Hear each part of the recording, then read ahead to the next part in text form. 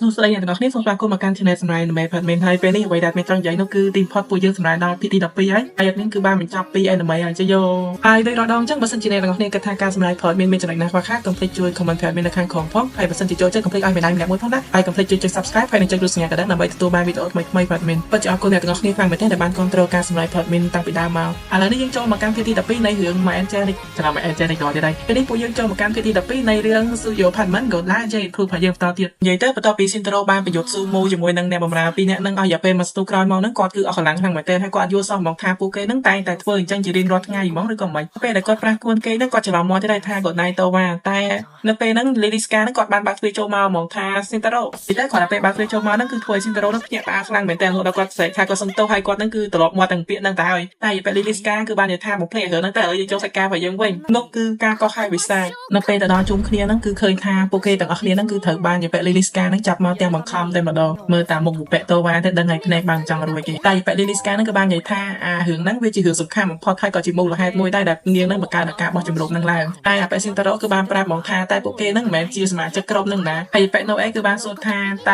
យាពេលអីចេះធ្វើវិធីហ្នឹងអត់តែយាពេល Liliska ហ្នឹងគឺបែរជាលោកសភៅមកក្បាលថាអ្វីទាំងអស់ហ្នឹងគឺស្ថិតនៅក្នុងសភៅហ្នឹងហើយនាងគឺធ្លាប់ធ្វើវាម្ដងជាមួយនឹងយាពេល Hisui ហ្នឹងតែវាបរាជ័យតែបើសិនជាមានអ្នកទាំងអស់គ្នានៅហ្នឹងនាងគិតថាវាប្រកាសជាបានសម្រេចជាមិនខានទេតែ Shintaro គឺបានគិតក្នុងចិត្តថាយាពេលនេះគឺពិតជាអាត្មានិយមមែនទែនហើយវាធ្វើមិននឹងកើតទៅបើសិនជាអានេះជាជីវិតពិតតែអ្វីដែលសំខាន់យាពេល Noe គឺបានតែគិតថាវាជារឿងសប្បាយហើយនាងគឺព្រមចូលរួមទៅវិញហើយបើកលេចមើលទៅកាន់យាពេល Susume វិញគឺបែរជាគិតថាវាជាការល្អក្នុងការតេស្តភាពក្លាហានរបស់ពួកគេទៅវិញប៉ុន្តែលើថាពួកគេយល់ព្រមយាពេល Liliska គឺបានលើកយកបាលីមួយដែលអាចនិយាយបានថាជាបាលីធម្មតាដែលពួកគេនឹងតែងតែប្រទះជួបតែត្រូវចាំត្រូវសូត្រវា3ដងឲ្យចេញពីចិត្តតែពេលដែលនិយាយហ្នឹងគឺស្បែកជាសម្លឹងមើលមុខ Shintaro ហ្មងនិយាយទៅដូចអត់ទុកចិត្ត Shintaro អញ្ចឹងហើយអ្វីដែលនឹងបង្ហាញខ្លួនចេញមកហ្នឹងគឺអាចប្រាប់ឲ្យប្រកាសបានទេវាអត់ច្បាស់នៅពេលអញ្ចឹង Shintaro គឺភ្ញាក់ផ្អើលខ្លាំងមែនទែនដោយសារតែវាមិនមែនជាការកោះហៅបិសាចដូចយាពេលហ្នឹងនិយាយតែយាពេលហ្នឹងគឺបានប្រាប់ថាបាលីហ្នឹងគឺជាបាលីសម្រាប់ធ្វើការកោះហៅជាមួយនឹងសភាវៈផ្សេងទៀតអាចថាជាសភាវៈវិញ្ញាណឬក៏សភាវៈដែលខុសពីបិសាចការកោះហៅហ្នឹងគឺអាស្រ័យលើតំណែងរវាងអ្នកកោះហៅហើយនិងអ្នកម្ខាងទៀតដែលទទួលការកោះហៅហ្នឹង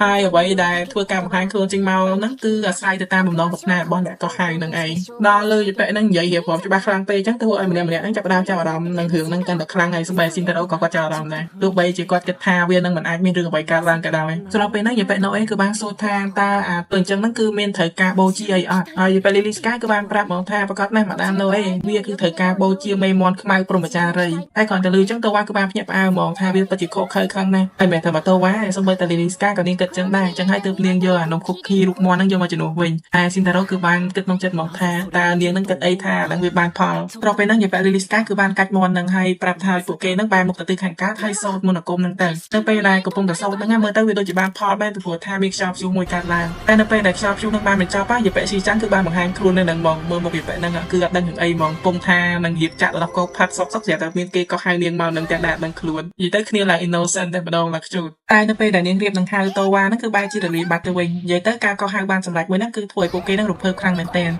បីតែយាពេល Liliska ក៏ចឹងដែររហូតដល់សន្លប់តែម្ដងហើយអត់មានអ្នកគេដឹងនោះទេថាមនុស្សដែលមានស្លាប់ហ្នឹងគឺជាអ្នកគេតែមានតែតវ៉ាហើយនិង Shintaro ទេដែលដឹងថាតាមពិតទៅម្នាក់ហ្នឹងគឺ Shinchan ហ្នឹងឯងតែយាពេល Noe ហ្នឹងគឺអត់យល់សោះមិនក៏វាសុកស្រាប់តាមរលាយបាត់ទៅវិញអញ្ចឹងហើយយាពេល Liliska គឺបានប្រាប់ថាប្រហែលជាមកពីមាន Angel ហ្នឹងហើយតាមមើលគាត់ទៅលើភ្លាមតវ៉ាគឺបានសុំទោសតែលើយាពេល Liliska គឺបានប្រាប់ថាមិនចាំសុំទោសទេពីព្រោះថាយ៉ាងហោចណាស់នាងគឺបានដឹងថាអាការសមន់ហ្នឹងគឺបានផលមែនពីវាគឺពិតជាធ្វើឲ្យយាពេល Noe ហ្នឹងភ្ញាក់ផ្អើលខ្លាំងមែនទែនហើយរំភើបចង់ចូលក្នុងក្រុមនឹងជាមួយនឹង Liliska ដែរហើយនាងបានប្រាប់ថាពួកយើងនឹងធ្វើការសកលហៅនឹងម្ដងទៀតហើយអ្វីៗទាំងអស់ហ្នឹងគឺពឹងពាក់លើតវ៉ាហើយពួកគេហ្នឹងនឹងបង្កើតទីលាន Halloween មួយនៅនឹងតែម្ដងតែយាពេល Susume ហើយនិងអាប៉េ Shintaro គឺបានគិតដូចគ្នាមកថាតរណាទៀតពួកគេទាំង4នាក់ហ្នឹងហើយប្រៀបដូចជាក្រុម Halloween មួយចឹងមើលចុះ Kappa MJ Vampire Yuki One ចាំបាច់តរណាឆ្ងាយគៀបកៅយើងនឹងឯងតែស្របពេលហ្នឹងយាពេល Liliska គឺបានគិតថាលើកក្រោយនាងនឹងសមន់ USO មកតែម្ដងតែយាពេល Noe គិតថាអត់ទេយកខ្មោចវិញប៉ុន្តែលើភ្លាមធ្វើឲ្យ Shintaro ហួសចិត្តបើប្រាប់ពួកគេហ្នឹងឲ្យឈប់គិតប្រេះផ្ដាស់រឿងហ្នឹងទៅតែនិយាយទៅអាណិតតា Shinchan ឯងយាពេលហ្នឹងគឺនៅភាំងអត់ទាន់បានទេអត់យល់ថាស្ថានភាពបាញ់មិញហ្នឹងគឺជាអ្វីឲ្យប្រកាសទេដោយសារតែរឿងមួយហ្នឹងឯងគឺធ្វើឲ្យពួកគេហ្នឹងគឺភ្ញាក់ផ្អើលខ្លាំងមែនទែនហើយអត់ច្បាស់ទេថាយុគហ្នឹងនឹងគេលក់អត់ហើយយាពេល Noe គិតថ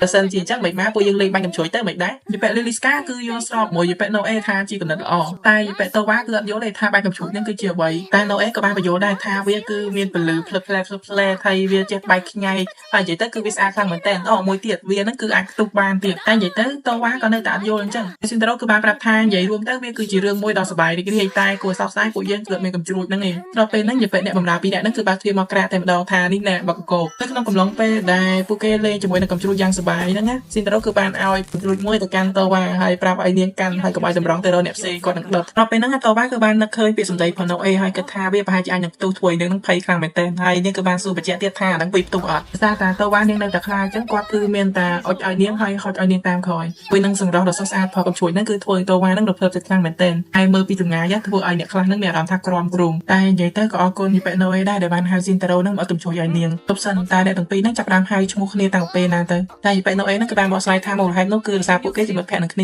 ាហើយប៉ែណូអេក៏បានសួរបញ្ជាក់ស៊ីនតារ៉ូដែរថាអ្នកទាំងពីរហ្នឹងមិនក៏អត់ហៅឈ្មោះគ្នាអញ្ចឹងហើយឥឡូវមិនក៏មិនចាប់ផ្ដើមហៅឈ្មោះគ្នាទៅគ្រាន់តែលឺយីប៉ែណូអេបាក់ដៃអញ្ចឹងធ្វើឲ្យយីប៉ែស៊ូស៊ូមីហ្នឹងរំភើបចិត្តខ្លាំងមែនទែនថាទីបំផុតណានាងហើយនឹងប៉ែស៊ីនតារ៉ូហ្នឹងមានមូលហេតុគ្រប់គ្រាន់ក្នុងការហៅឈ្មោះគ្នាហើយមើលគិតទៅក្នុងចិត្តនឹងគិតទៅដល់ណាដល់ណីហើយយីប៉ែហ្នឹងក៏អត់ទុកយូរនាំតែជួបប្អូនមិនដែរក៏សម្រេចចិត្តថាហៅស៊ីនតារ៉ូថាស៊ីនតារ៉ូតែស៊ីនតារ៉ូគឺបានប្រាប់ថាគាត់ហៅយីប៉ែហ្នឹងថាស៊ូស៊ូមីឡើងជាប់មាត់ឯហ្នឹងហើយគាត់សុំហៅអញ្ចឹងទៀតចុះនិយាយទៅពីស្ដីម៉ាត់ហ្នឹងវាធ្វើឲ្យយីប៉ែស៊ូស៊ូមីហ្នឹងគឺចុកឈាមខ្លាំងមែនទែនតែម្ដងស្របពេលដែលប៉ែស៊ីនតារ៉ូបានឲ្យកំជ្រួចឲ្យនាងហ្នឹងនាងគឺបានគិតថាតំណែងផងនាងនិងស៊ីនតារ៉ូនៅពេលហ្នឹងវាមិនជិតស្និទ្ធពេកហើយក៏មិនឆ្ងាយពីគ្នាពេកតែហើយបច្ចុប្បន្ននាងគិតថាវាអត់មានបញ្ហាអីទេសម្រាប់នាងតាមបដ ாய் វាទៅតាមតាណាអញ្ចឹងសិនចុះតែបើកលេចមើលទៅកាន់យីប៉ែលីលីស្កាវិញយីប៉ែហ្នឹងលេងស្អីក៏មិនចេះច្រឡំគេដែរខ្លាចជាងគេរហូតហើយបើស៊ីនតារ៉ូវិញខ្សែភ្នែកប្រវត្តិគឺមើលទៅកាន់តូវ៉ាតែម្នាក់គត់តែម្ដងនិយាយទៅគាត់គឺរំភើបខ្លាំងមែនទែនដែលបានដើរលេងជាមួយតូវ៉ាបែបហ្នឹងនិយាយទៅស្ថានភាពលេងកំជួយរបស់គេហ្នឹងគឺពិតជាមានស្ថានភាពដែលមើលទៅតំណងស្អាតច្រើនកាត់មកមួយរយៈពេលទៀតសាច់រឿងរបស់យើងគឺបានបង្ហាញពីការដើរលេងរវាងតូវ៉ានិងស៊ីនតារ៉ូទៅតូវ៉ានាងគឺពិតជារំភើបចិត្តខ្លាំងមែនទែនដែលបានមកលេង Sky Tree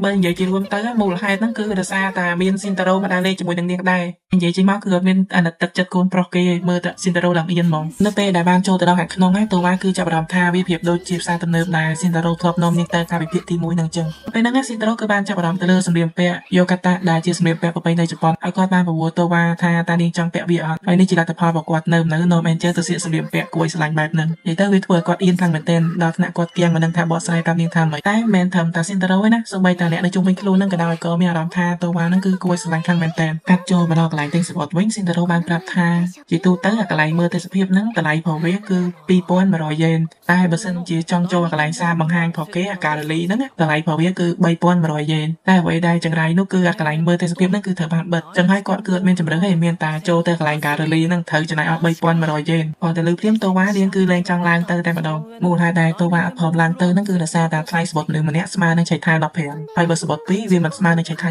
30តែស៊ីនតារ៉ូគឺបានប្រាប់ថាមិនអីទេករណីហ្នឹងដឹកលែងតែជប់សិនហើយចោលសម្លៀកបំពាក់និងម៉ូតសក់ហ្នឹងត្រូវចំណាយលុយដែរទៅទេគាត់តែដឹងថាវាត្រូវចំណាយលុយព្រាមតូវ៉ាគឺព្យាយាមប្រញាប់ដុសចេញវិញតែម្ដងតែស៊ីនតារ៉ូគឺបានប្រាប់នាងថាវាហួសពេលបាត់ទៅហើយណាមួយហ្នឹងគាត់គឺចង់ឃើញនាងស្លៀកសម្លៀកបំពាក់ប្រពៃណីបែបហ្នឹងហើយគាត់ក៏ចង់នាំនាងទៅមើលទេសភាពខាងលើជាមួយគ្នាដែរតោះតែនិយាយចឹងទៅតូវ៉ាហ្នឹងព្រមទៅជាមួយគាត់និយាយទៅកន្លែងហ្នឹងតូវ៉ាគឺចេញកាយវិការមកខ្ជូតខ្លាំងមែនទែនហើយអ្នកជុំវិញខ្លួនដែលបានឃើញការសន្ទនារបស់ពួកគេក៏មានអារម្មណ៍ថាគូស្នេហ៍មួយគូហ្នឹងគឺពិតជាគូស្នេហ៍ដ៏ផ្អែមល្ហែមមួយមែននៅពេលដែលឡើងមកដល់ខាងលើតូវ៉ាគឺមានអារម្មណ៍ថាអស្ចារ្យខ្លាំងមែនទែនការមើល view ពីខាងលើដែលមិនបាច់ខុសគឺពិតជាពិសេសខ្លាំងណាស់ហើយស៊ីនតារ៉ូក៏បានយល់ស្របដែរហើយគាត់គឺបានប្រាប់ថាមើលចុះផាតមិនរបស់យើងគឺផាជានៅនឹងម្ដុំនោះតែតូវ៉ាគឺបែរជាមិននិយាយថាមើលចុះសភៅដែលបរមម្នាក់នោះអានហ្នឹងពិតជាល្អមើលខ្លាំងមែនទែនគាត់ទៅលើព្រាមធ្វើឲ្យស៊ីនតារ៉ូនាងហ្នឹងគឺភ្ញាក់ផ្អើលខ្លាំងហ្មងថាតាមបន្តតូវ៉ាហ្នឹងអាចមើលបានពិសេសខ្លាំងម្ល៉េះឬក៏នាងមានអ្វីពិសេសមែនតែតូវ៉ាហ្នឹងគឺឆ្លើយមកឡើងធម្មតាហ្មងថាឯខែអាហ្នឹងជារឿងធម្មតាតែអីតែបើនិយាយទៅនាងគឺពិតជាមានអារម្មណ៍ថាអស្ចារ្យខ្លាំងមែនទែនដែលមនុស្សលោ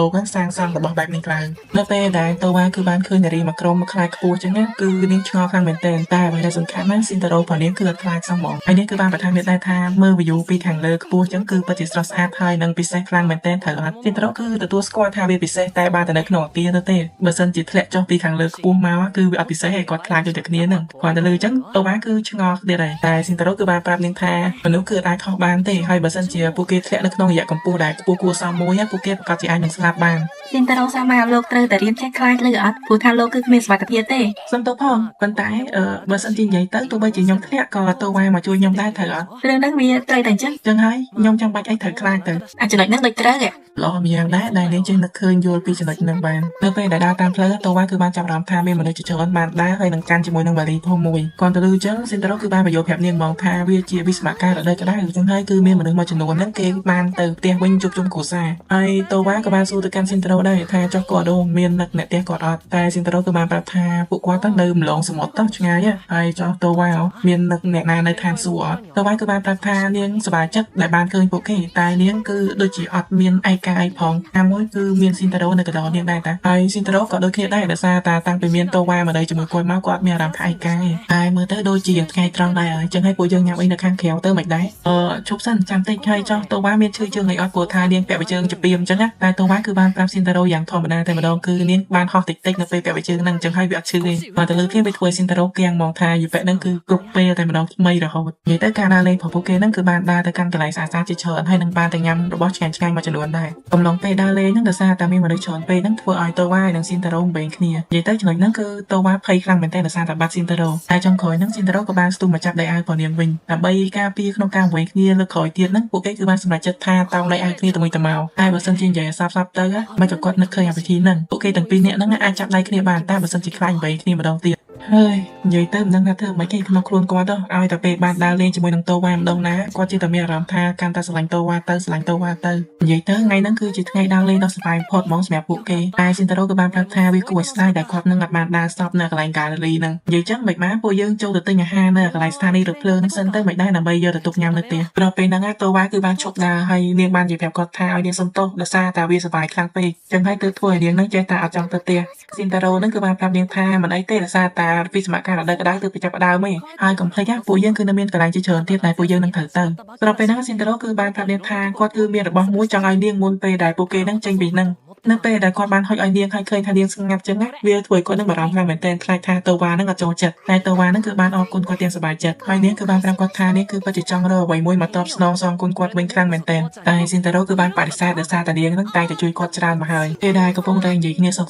តូវ៉ាបានជាហៅស៊ីនតារ៉ូនឹងឲ្យមករត់តាមនាងមិនធំតែប៉ុណ្្នឹងឯងនាំកូនកន្លោះគេមកដល់ផ្លូវស្ងាត់ហើយប្រាប់ឲ្យគេបិទភ្នែកនិងឲ្យស្ងៀមទៀតនឹងថាមានបំណងអាក្រក់អីលើកូនកន្លោះគេខ្លះរេជាពាក់នឹងដល់ចំណុចហ្នឹងស៊ីនតារ៉ូគឺបានគិតថាតូវ៉ាប្រហែលជាផងនឹងថាគាត់ឲ្យមើលទៅហើយគាត់គឺអាស្រ័យថាតូវ៉ាវាគឺពិតជាលឿនពេកហើយសម្រាប់គាត់តែនៅពេលដែលគាត់បើកភ្នែកវិញនោះគឺគាត់បែរជាមកនៅលើអាកាសយ៉ាងខ្ពស់ទៅវិញនិយាយទៅអាណាមិនភ័យបើសិនជាមកនៅទីខ្ពស់មឹងហើយអត់មានអីនៅពីខាងក្រោមទៀតតែតូវ៉ាគឺបែរជាបានប្រាប់គាត់ថាកុំភ័យអីលោកគឺមិនធ្លាក់ទេនិយាយមកដល់ចំណុចហ្នឹងទើបគាត់ចាប់អារម្មណ៍ថាតានេះវាជាកម្លាំងពិសេសផងតូវ៉ាមែនហើយតូវ៉ាគឺបានប្រាប់គាត់ថានេះគឺជាកាដូដែលនាងចង់បកគោលឲ្យគាត់នឹងឯងតែស៊ីនតារ៉ូគាត់គឺភ័យសឹងតែឈួតទៅហើយគាត់គឺអត់ដឹងថាប្រើពីអីមកបកស្រាយទេនិយាយទៅតានេះគឺជាពិភពលោកដែលតូវ៉ាតែឃើញមែនហើយតូវ៉ាគឺបានប្រាប់គាត់ថានាងគឺខានហោះខ្ពស់បែបហ្នឹងយូរហើយតាំងពីពេលដែលនាងចង់មកដល់ផែនដីមកម្លេះស៊ីនតារ៉ូសាម៉ាខ្ញុំពិតជាមានអារម្មណ៍ថាភ្ញាក់ផ្អើលខ្លាំងមែនទែននៅពេលដែលបានចង់មកដល់ផែនដីលើកដំបូងប៉ុន្តែខ្ញុំក៏មានអារម្មណ៍ថាបារម្ភខ្លះៗដែរនិយាយទៅគួរតែអរគុណលោកស៊ីនតារ៉ូសាម៉ាដោយសារតែលោកខ្ញុំបានទៅកន្លែងថ្មីៗជាច្រើនហើយធ្វើឲ្យខ្ញុំបានស្គាល់ស៊ឺមឺហ្គី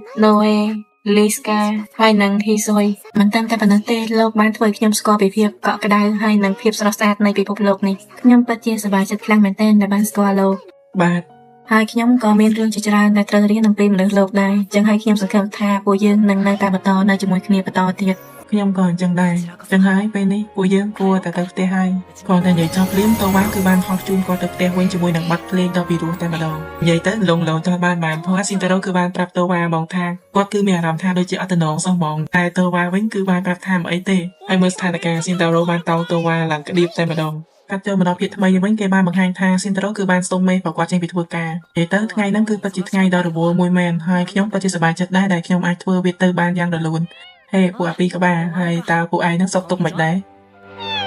យើងទៅសិនហើយណាខ្ញុំបានឈ្មោះថាតូកាមីស៊ូស៊ីនតារ៉ូហើយខ្ញុំធ្លាប់តែគិតថាខ្ញុំគឺជាក្មេងប្រុសអាយុ16ឆ្នាំធម្មតាម្នាក់មិនមែនជាមនុស្សដែលមានសំណាងអីណាស់ណាហើយក៏មិនមែនជាមនុស្សដែលមានភាពស៊យអីដែរប៉ុន្តែឥឡូវខ្ញុំច្បាស់លាស់ហើយថាខ្ញុំពិតជាមនុស្សដែលមានសំណាងខ្លាំងមែនទែនមិនមែនជាក្មេងប្រុសអាយុ16ឆ្នាំធម្មតាទេ